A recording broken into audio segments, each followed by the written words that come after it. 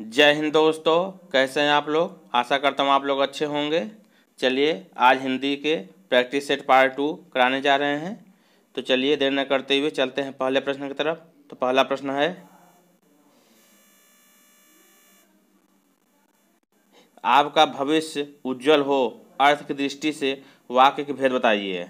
आपका भविष्य उज्जवल हो अर्थ की दृष्टि से वाक्य के भेद बताइए। तो इसमें कौन सा वाक्य है? प्रश्नवाचक वाक्य, निषेधावाचक वाक्य, या इच्छावाचक वाक्य, या आज्ञावाचक वाक्य। तो आपका भविष्य उज्जवल हो, इसमें कामना कर रहा है, इच्छा की बात की जा रही है। तो इसका सही आंसर क्या हो जाएगा? इच्छावाचक वाक्य। निम्न में से कौन सा वाक्य कर्तव्यवाच्य है? कर्तव्यवाच्य पूछा हुआ है। अध्यापक द्वारा विद्यार्थियों को पाठ पढ़ाया गया, अध्यापक ने विद्यार्थियों को पाठ पढ़ाया, अध्यापक ने विद्यार्थियों को पाठ पढ़वाया, या अध्यापक द्वारा विद्यार्थी से पाठ पढ़ा गया। तो कर्तव्यवाच्य।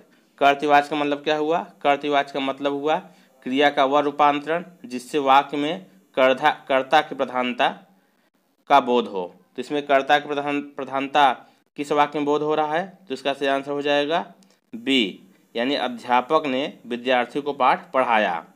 यानी क्रिया का जो रूपांतरण प्रधानता हो रही है वो कहाँ जा रही है? वो जा रही है कर्ता पे। यानी इसका सही आंसर हो जाएगा अध्यापक ने विद्यार्थियों को पाठ पढ़ाया। चलिए अगला प्रश्न है, ल और स का उच्चारण किस स्थान से होता है? कंठ्य, दंत्य, ओष्ठ्य, तालव्य। तो बताइए इसका सही आंसर क्या होगा? तो इसका सही आंसर हो जाएगा दंत्य। चलिए अगला प्रश्न है, दिए गए विकल्पों में से रिक्त स्थान के लिए सही विकल्प बताइए। आदि कवि खाली स्थान ने संस्कृत में रामायण की रचना की। वाल्मीकि, वाल्मीकि, वाल्मीकि, या वाल्मीकि। तो इसका सही आंसर क्या होगा? तो इसका सही आंसर हो जाएगा ए नंबर, यानी ए और डी दोनों सही है इसमें दिख रहे हैं, तो यानी इसका आंसर ए ही होगा। चलिए अगला प्रश्न है, स्वरों का उच्चारण व्यंजनों की सहायता से होता है, अनुस्वार की सहायता से होता है, अनुनासिक की सहायता से होता है, या बिना किसी की सहायता से होता है। तो बताइए इसका सही आंसर क्या होगा? तो स्वरों का उच्चारण करने में किसी की सहायता नहीं ली जाती है, यह स्वतंत्र होता है। तो इसका सही आंसर क्या हो जाएगा? डी नंबर, यानी बिना किसी की सहायता से यह होता है। लेकिन अगर व्यंजन की बात की जाए तो व्यंजन बिना स्वर की सहायता से नहीं बोला जा सकता।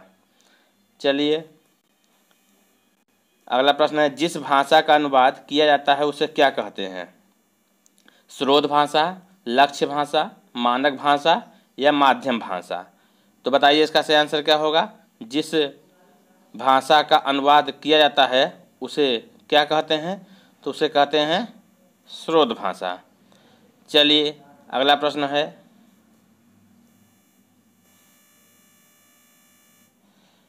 दिए गए विकल्पों से रिक्त स्थानों के लिए उचित मुहावरों का प्रयोग कीजिए। पुलिस को देखकर चोर, 9-2-11 हो गया, या अंगूठा दिखाना हो गया, या अंधे की लकड़ी हो गया, या आँख का तारा हो गया। तो इसका सही आंसर क्या होगा? इसका सही आंसर होगा 9-2-11 हो गया। चलिए अगला प्रश्न है, निम्नलिखित शब्दों में कौन सा शब्द सूर्य का पर्यायवाची नहीं है? यहाँ नहीं है पूछा है। दिवाकर, प्रभाकर, सुधाकर, या भास्कर। तो बताइए इसका सही आंसर क्या होगा? तो इसका सही आंसर हो जाएगा सुधाकर। सुधाकर सूर्य का पर्यायवाची नहीं है। यह किसका पर्यायवाची है? यह चंद्रमा का पर्यायवाची है। सुधाकर किसका पर्यायवाची है? चंद्रमा का पर्यायवाची है। चलिए अगला प्रश्न है, दिए गए विकल्पों में से अमृत का विलोम शब्द बताएं। भय, सुधा, विष, जलज। तो अमृत का विलोम शब्द क्या होगा? तो अमृत का विलोम शब्द हो जाएगा विष।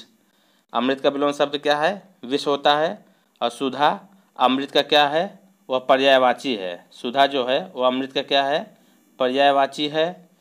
और बात करें जलज, तो जलज किसका पर्यायवाची है? यह कमल का पर्यायवाची है। जलज कमल का पर्यायवाची है। और भय का विलोम क्या होता है? भय का विलोम होता है साहस। चलिए अगला प्रश्न है, श्री रामचरितमानस की रचना किस कवि ने की? कबीरदास, सूरदास, तुलसीदास या मीराबाई? तो बताइए इसका सही आंसर क्या होगा। श्री रामचरितमानस की रचना किसने की? तो इसका सही आंसर हो जाएगा तुलसीदास। चलिए अगला प्रश्न है, माता पिता दोनों प्रसन्न थे, इस वाक्य में माता पिता के मध्य कौन सा विराम चिन्ह लगेगा? अल्प विराम, अद्र विराम, योजक चिन्ह या निर्देशक चिन्ह? तो बताइए इसका सही आंसर क्या होगा। तो माता पिता दोनों प्रसन्न थे, इस वाक्य में माता पिता के मध्य कौन सा विराम चिन्ह लगेगा? तो इसका सही आंसर हो जाएगा योजक चिन्ह।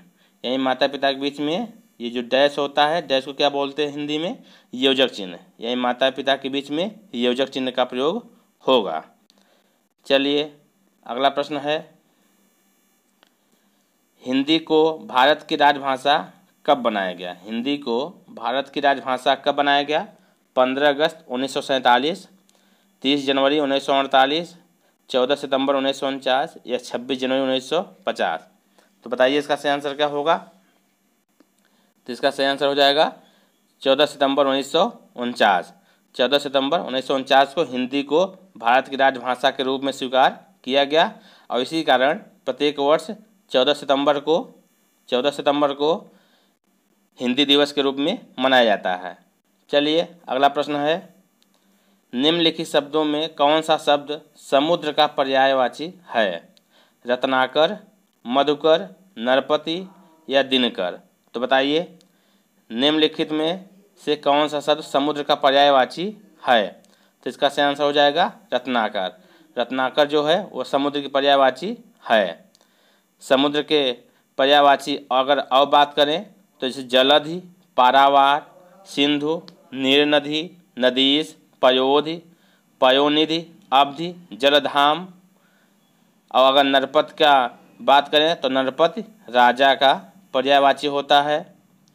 मधुकर की बात करें तो मधुकर भ्रमर का पर्यायवाची होता है। और अगर दिनकर की बात करें तो दिनकर किसका पर्यायवाची है? यह सूर्य की पर्यायवाची है। चलिए अगला प्रश्न है, संधि के कितने भेद होते हैं? 1, 2, 3, 4। तो संधि के कितने भेद होते हैं बताइए। तो संधि के कितने भेद होते हैं? तो 3 भेद होते हैं। कौन कौन होते हैं? तो एक होता है स्वर संधि, दूसरा होता है व्यंजन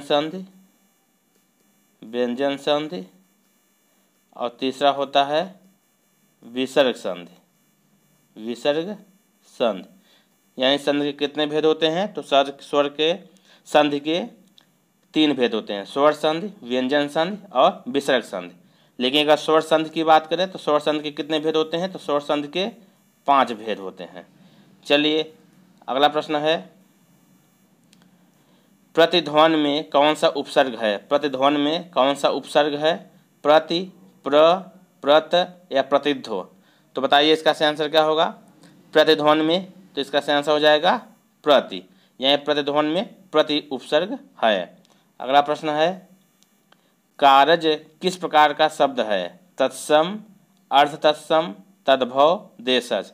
कारज, तो कारज किस प्रकार का तत्सम है? तो यह अर्थ तत्सम है। अर्थ तत्सम वे शब्द होते हैं जो आधुनिक भाषा काल में सीधे संस्कृत से लिए गए हों और सामान्य भाषा में प्रयुक्त होने के कारण इनमें थोड़ा सा परिवर्तन हुआ हो। चलिए अगला प्रश्न है, लड़का कौन सी संज्ञा है? व्यक्तिवाचक संज्ञा, जातिवाचक संज्ञा, भाववाचक संज्ञा या समूहवाचक संज्ञा? तो बताइए इसका सही आंसर क्या होगा। लड़का, तो लड़का कौन सी संज्ञा है? तो लड़का कौन सी संज्ञा है? वह जातिवाचक संज्ञा है। जातिवाचक संज्ञा लड़का है। अगर जातिवाचक की परिभाषा की बात की जाए तो जिन संज्ञाओं से एक ही प्रकार की वस्तुओं या व्यक्तियों का बोध हो उन्हें क्या कहते हैं? जातिवाचक संज्ञा कहते हैं। जैसे मनुष्य हो गया, पहाड़ हो गया, घर हो गया, नदी हो गया इत्यादि। चलिए अगला प्रश्न है, प्रयोग के आधार पर शब्द कितने प्रकार के होते हैं? 2, 4, 6, 8। प्रयोग के आधार पर शब्द कितने प्रकार के होते हैं? तो बताइए प्रयोग के आधार पर कितने प्रकार के होते हैं? तो वह 2 प्रकार के होते हैं। कौन कौन होते हैं? तो एक होता है विकारी शब्द और दूसरा होता है अविकारी शब्द। दूसरा होता है अविकारी शब्द। अगर विकारी शब्द की बात करें तो जिन शब्दों के रूपों में लिंग, वचन और कारक का कारण परिवर्तन होता है वे विकारी शब्द कहलाते हैं। जिन शब्दों के रूपों में लिंग, वचन और कारक के कारण परिवर्तन होता है वे विकारी शब्द होते हैं। और अविकारी शब्दों के रूपों में लिंग, वचन, कारक के अनुसार कोई परिवर्तन नहीं होता है। इसके अंतर्गत क्रिया विशेषण, संबंध बोधक अव्यय या समुच्चय बोधक अव्यय या विस्मयादि बोधक अव्यय आते हैं। चलिए अगला प्रश्न है, अधिसूचना प्रकाशित होती है सरकारी गजट में, सरकारी पत्रिका में, किसी भी पत्रिका में या सामान्य पत्र के रूप में। तो बताइए इसका सही आंसर क्या होगा? तो इसका सही आंसर हो जाएगा सरकारी गजट में। अधिसूचना सरकारी गजट में प्रकाशित होती है। इसे अंग्रेजी में क्या कहते हैं? तो इसे अंग्रेजी में कहते हैं नोटिफिकेशन। क्या कहते हैं? नोटिफिकेशन कहते हैं अंग्रेजी में। चलिए अगला प्रश्न है, निम्नलिखित शब्द विकल्पों में से कौन सा शब्द सरल शब्द का विलोम शब्द नहीं है? कुटिल, वक्र, कठिन, निरर्थक। तो बताइए सरल शब्द का विलोम शब्द इसमें कौन सा नहीं है? तो वह है निरर्थक सरल शब्द का विलोम शब्द नहीं है। चलिए अगला प्रश्न है, रचना के आधार पर वाक्य कितने प्रकार के होते हैं? रचना के आधार पर वाक्य कितने प्रकार के होते हैं? 2, 3, 4, 5। तो बताइए रचना के आधार पर वाक्य कितने प्रकार के होते हैं? तो इसका सही आंसर हो जाएगा बी, 3 वाक्य। कौन कौन होते हैं? तो एक होता है सरल वाक्य, दूसरा होता है मिश्र वाक्य और तीसरा होता है संयुक्त वाक्य। तीसरा क्या होता है? संयुक्त वाक्य। यही रचना का आधार पर वाक्य 3 प्रकार के होते हैं, सरल वाक्य, मिश्र वाक्य और संयुक्त वाक्य। चलिए अगला प्रश्न है, संक्षेपण मूल पाठ से कितने कम शब्दों में लिखना चाहिए? संक्षेपण मूल पाठ से कितने कम शब्दों में लिखना चाहिए? आधे, 1/3, 3/4 या 2/3? तो बताइए इसका सही आंसर क्या होगा? तो इसका सही आंसर हो जाएगा 1/3। संक्षेपण एक स्वतः पूर्ण रचना है। किसी विस्तृत विवरण या सविस्तार व्याख्या, वक्तव्य, पत्र व्यवहार या लेख के तथ्यों और निर्देशों के ऐसे संयोजन के संक्षेपण कहते हैं। चलिए अगला प्रश्न है, जो शब्द पूर्वापर संबंध से किसी भी संज्ञा के बदले आता है उसे क्या कहते हैं? जो शब्द पूर्वापर संबंध से किसी भी संज्ञा के बदले आता है उसको क्या कहते हैं? सर्वनाम, विशेषण, क्रिया या क्रिया विशेषण। तो बताइए इसका सही आंसर क्या होगा? तो इसका सही आंसर हो जाएगा सर्वनाम। जो शब्द पूर्वापर संबंध से किसी भी संज्ञा के बदले आता है उसे सर्वनाम कहते हैं। इसका मतलब ये हुआ कि वह शब्द जो संज्ञा के स्थान पर प्रयोग किए जाते हैं उसे क्या कहते हैं? तो उसे सर्वनाम कहते हैं। चलिए अगला प्रश्न है, श्रृंगार रस का स्थायी भाव क्या है?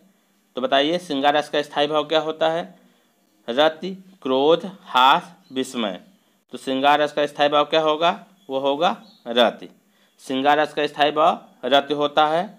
अगर क्रोध की बात करा जाए तो क्रोध का स्थायी भाव क्या होगा? तो क्रोध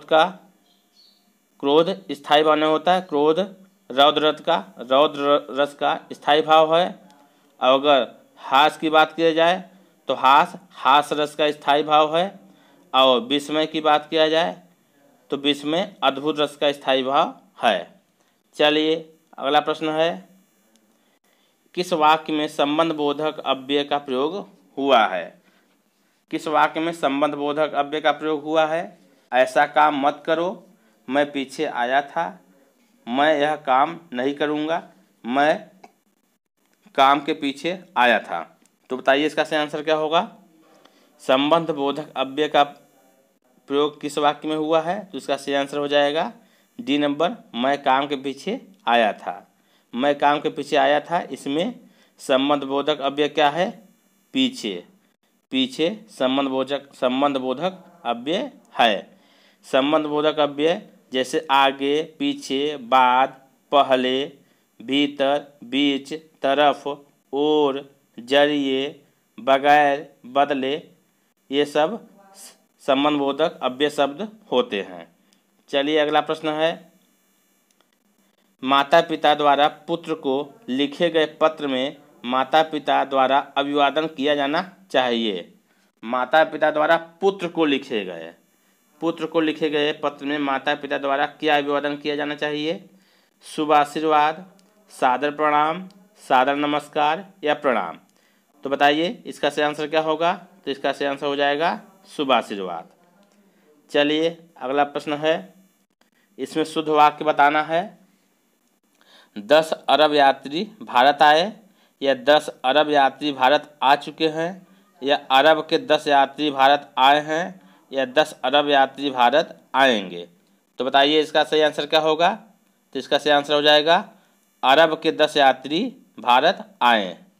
चलिए अगला प्रश्न है, निम्नलिखित शब्दों में कौन सा शब्द पुल्लिंग है? संकल्प, लज्जा, घटना, प्रार्थना।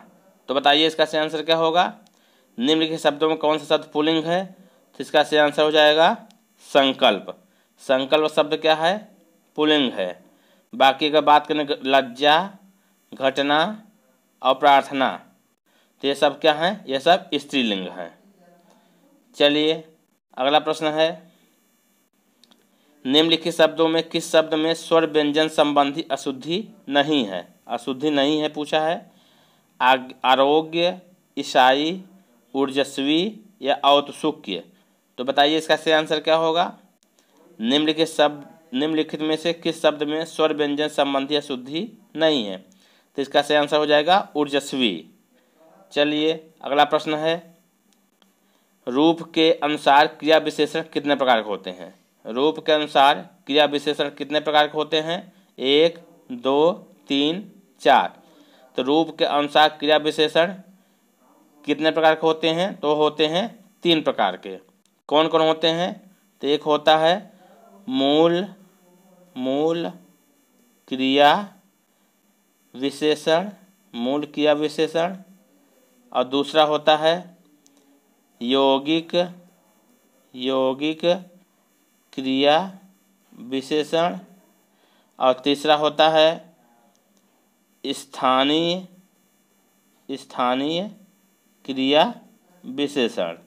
यानी रूप के अनुसार क्रिया विशेषण 3 प्रकार के होते हैं, मूल क्रिया विशेषण, यौगिक क्रिया विशेषण और स्थानीय क्रिया विशेषण। चलिए अगला प्रश्न है, अर्थ के अनुसार क्रिया विशेषण कितने प्रकार के होते हैं? अब अर्थ के अनुसार पूछा है, तो अर्थ के अनुसार क्रिया विशेषण कितने प्रकार के होते हैं? 1, 2, 3 या 4। तो अर्थ के अनुसार क्रिया विशेषण 4 प्रकार के होते हैं। कौन कौन होते हैं? तो पहला होता है स्थानवाचक क्रिया विशेषण, दूसरा होता है कालवाचक क्रिया विशेषण, और तीसरा होता है परिमाणवाचक क्रिया विशेषण, और चौथा होता है रीतिवाचक क्रिया विशेषण। यानी स्थानवाचक क्रिया विशेषण, कालवाचक क्रिया विशेषण और परिमाणवाचक क्रिया विशेषण और रीतिवाचक क्रिया विशेषण किसके अनुसार? अर्थ के अनुसार क्रिया विशेषण 4 प्रकार के होते हैं। चलिए अगला प्रश्न है, अंश और अंश शब्द युग्म का सही अर्थ बताइए। अंश यानी कंधा हिस्सा, या हिस्सा कंधा, या कंधा स्त्री, या आग और हिस्सा। तो बताइए इसका सही आंसर क्या होगा? तो इसका सही आंसर हो जाएगा बी नंबर, हिस्सा और कंधा। यानी अंश का मतलब हुआ हिस्सा और अंश का मतलब हुआ कंधा। चलिए अगला प्रश्न है, गोदान के लेखक कौन है? प्रेमचंद, महादेवी वर्मा, चतुरसेन या रांगेय राघव। तो बताइए इसका सही आंसर क्या होगा। गोदान के लेखक कौन है, तो इसका सही आंसर हो जाएगा प्रेमचंद। प्रेमचंद द्वारा लिखित एक उपन्यास है गोदान। चलिए अगला प्रश्न है, अगर प्रेमचंद की बात की जाए तो इनके उपन्यास और हैं कैसे, जो कि एक है रंगभूमि, रंगभूमि, रंगभूमि है, कर्मभूमि है, कर्मभूमि, और गबन, गबन भी है, प्रेमाश्रय भी है, प्रेमाश्रय भी है, निर्मला है, निर्मला है, और सेवा सदन है, सेवा सदन। और बात करें एक है वरदान और एक है मंगलसूत्र, मंगलसूत्र। ये सब प्रेमचंद के उपन्यास हैं। चलिए अगला प्रश्न है, बुंदेली का क्षेत्र है पानीपत, सोनीपत, कुरुक्षेत्र, झांसी, जालौन, दतिया, या आगरा, मथुरा, भरतपुर, या जयपुर, अजमेर, जोधपुर। तो बताइए बुंदेली का क्षेत्र है, इसका सही आंसर क्या होगा। तो इसका सही आंसर हो जाएगा बी नंबर, झांसी, जालौन, दतिया। यानी बुंदेली पश्चिमी हिंदी की ओकर बहुल वर्ग की बोली है। चलिए अगला प्रश्न है, निम्नलिखित में कौन सा संकेतवाचक वाक्य है। यदि वर्षा अच्छी हुई तो फसल भी अच्छी होगी। क्या इस बार अच्छी वर्षा होगी। फसल अच्छी हो तो अच्छा है। वह क्या अच्छी फसल है। तो बताइए इसका सही आंसर क्या होगा। तो इसका सही आंसर हो जाएगा संकेतवाचक वाक्य। तो यदि वर्षा अच्छी हुई तो फसल अच्छी होगी, यह कैसा वाक्य है, यह संकेतवाचक वाक्य है। अगर बात करें क्या इस बार अच्छी वर्षा होगी, तो यह कैसा वाक्य है, यह प्रश्नवाचक वाक्य है। अगर बात करें फसल अच्छी हुई तो अच्छा है, यह इच्छावाचक वाक्य है, यह इच्छावाचक वाक्य है। और वह क्या फसल अच्छी है, तो यह विस्मयबोधक वाक्य है, यह विस्मयबोधक वाक्य है, क्योंकि इसमें विस्मयादिबोधक का चिन्ह भी लगा हुआ है। तो इसका सही आंसर हो जाएगा संकेतवाचक वाक्य। यदि वर्षा अच्छी हुई तो फसल भी अच्छी होगी। चलिए अगला प्रश्न है, हिंदी का प्रथम समाचार पत्र 1826 ईस्वी में कहाँ प्रकाशित हुई या हुआ था। दिल्ली, मुंबई, कोलकाता, या मद्रास। तो बताइए हिंदी का पहला समाचार पत्र 1826 ईस्वी में कहाँ प्रकाशित हुआ था। तो यह हुआ था कलकत्ता में। पत्र का नाम क्या था, समाचार पत्र का नाम, उसका नाम था उदंत मार्तंड, उदंत मार्तंड पत्र का नाम था, जो कि 1826 ईस्वी में कोलकाता में प्रकाशित हुआ था। अगर इसके संपादन की बात करें तो इसके संपादक कौन थे, वो थे पंडित जुगल किशोर, इसके संपादक थे उदंत मार्तंड के। चलिए तो आज के प्रश्न यही थे। तो अगर वीडियो आप लोगों को अच्छा लगा हो तो प्लीज़ चैनल को लाइक, शेयर तथा सब्सक्राइब जरूर करिएगा। पूरा वीडियो देखने के लिए आप लोग धन्यवाद। तो चलिए मिलते हैं फिर अगले पार्ट में, तब तक के लिए जय हिंद।